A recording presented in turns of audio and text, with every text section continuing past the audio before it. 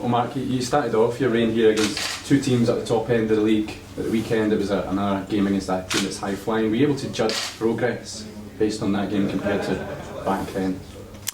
Not really. I think, progress requires sort of consistency, and up till now it's been a wee bit of kind of stop-start. We went to Ross County and we had, Laz, Hammy and McManus all missing, so you can't judge that really, so I'm not going to really put any more significance on what happened last Saturday than I did on that. So once we consistently get a team out there that we think should be winning games, then we can start to measure progress. So at the moment it's really just keep trying to get a team out there that we think can win the game, and we've got a team again this week, so in the next games if we keep that going, then we can start to talk about progress. What's missing to get that consistency? Is it just team selection or is it more? No, it's just, last week, as I say, those three experienced players were missing last week, so simple as that. Obviously this week, Mark, it's a slightly different challenge in terms of you're up against another side right next to you in the league. It goes without saying, these games, are they a bit more important in terms of trying to overtake Partick, Thistle, and it's a very tight portion of the league that you're in? Yeah, I think the whole league's tight, and I think it's tight in several ways. It's tight in the sense of, there's not a lot of points between, second top and us, really, over a season. And secondly, I think there's not much between the teams. If we went to Aberdeen and we've drawn with, Hearts as well. So I think on the day, most teams can take points off each other. So we won't treat Partick Thistle any differently than we would Aberdeen or Hearts. We take the game, as seriously. We don't consider ourselves favourites at this stage in any game.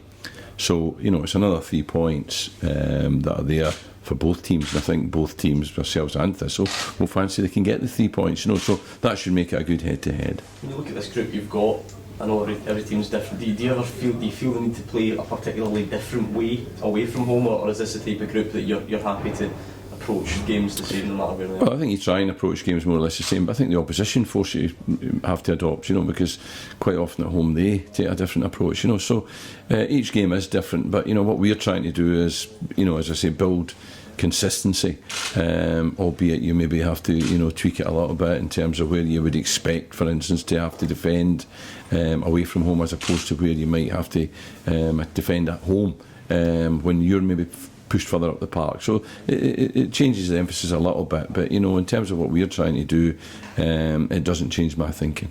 Partick a good example of how one or two good results can change everything, set you on a run, raise the confidence levels and so on? Absolutely. They had a fantastic result last week, scoring 5 goals. We've not scored 5 goals in the last 5 games, I don't think. So it shows you what can be achieved. So hard work and team spirit and all of that, and no small amount of ability as well. I've seen so many teams now in the league. I saw Dundee and St Johnstone last Friday night, and both teams were decent. Better than decent, well organised, competitive. With no small amount of ability within the team.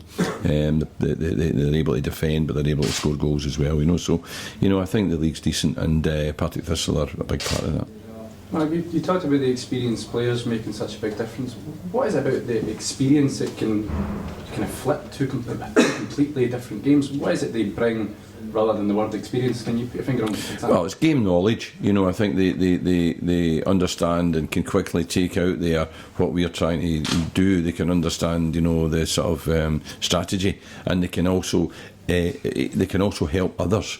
I think the less experienced players tend to have to kind of be in their own zone, and whenever's going on around them, they really have to concentrate on their own thing. Whereas, a more experienced player can do that, and at the same time, help a young lad alongside them.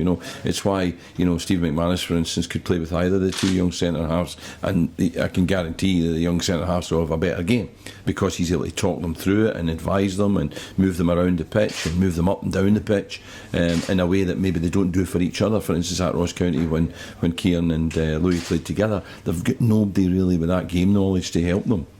Had an interesting cup draw earlier in the week, Mark. What's your reaction to that? Yeah, home draw, which is always important in the cup. I absolutely love the Scottish Cup. I've got a great memories as a player in the Scottish Cup. Played in 5 finals, won 5 finals.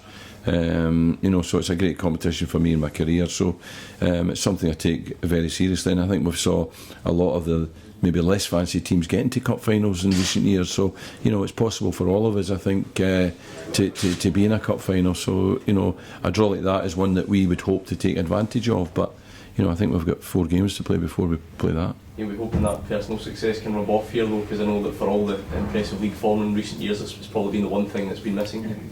Well, I mean, hopefully, but one round at a time. It's a good draw for us at home, but a game that we have to, at the time, will approach as professionally as we possibly can, in the same way as we do against Thistle on Saturday or Hearts last Saturday. So, the Scottish Cup is a great competition, but over the years there have been shocks. So what we've got to guard against is make sure that we're not another one of them. Just jump out one final one, match some experienced players. Do you think in January you're looking to bring boys in, it's going to be experience you're looking for rather than? No, I've not had any thoughts on that at all. I mean, first and foremost, we have a squad that's big enough.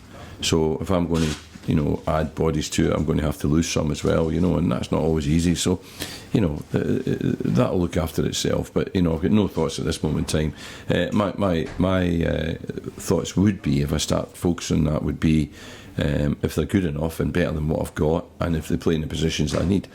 So whether experienced or inexperienced, if they're good enough, they'll be in the team. Have you made the decision yet, Mark, in terms of the loan players that are up in January, whether you would like to try and keep them? I've made decisions about that, yeah. Keep them to yourself? In respect to the other clubs, you've got to speak to the players and speak to the clubs as well.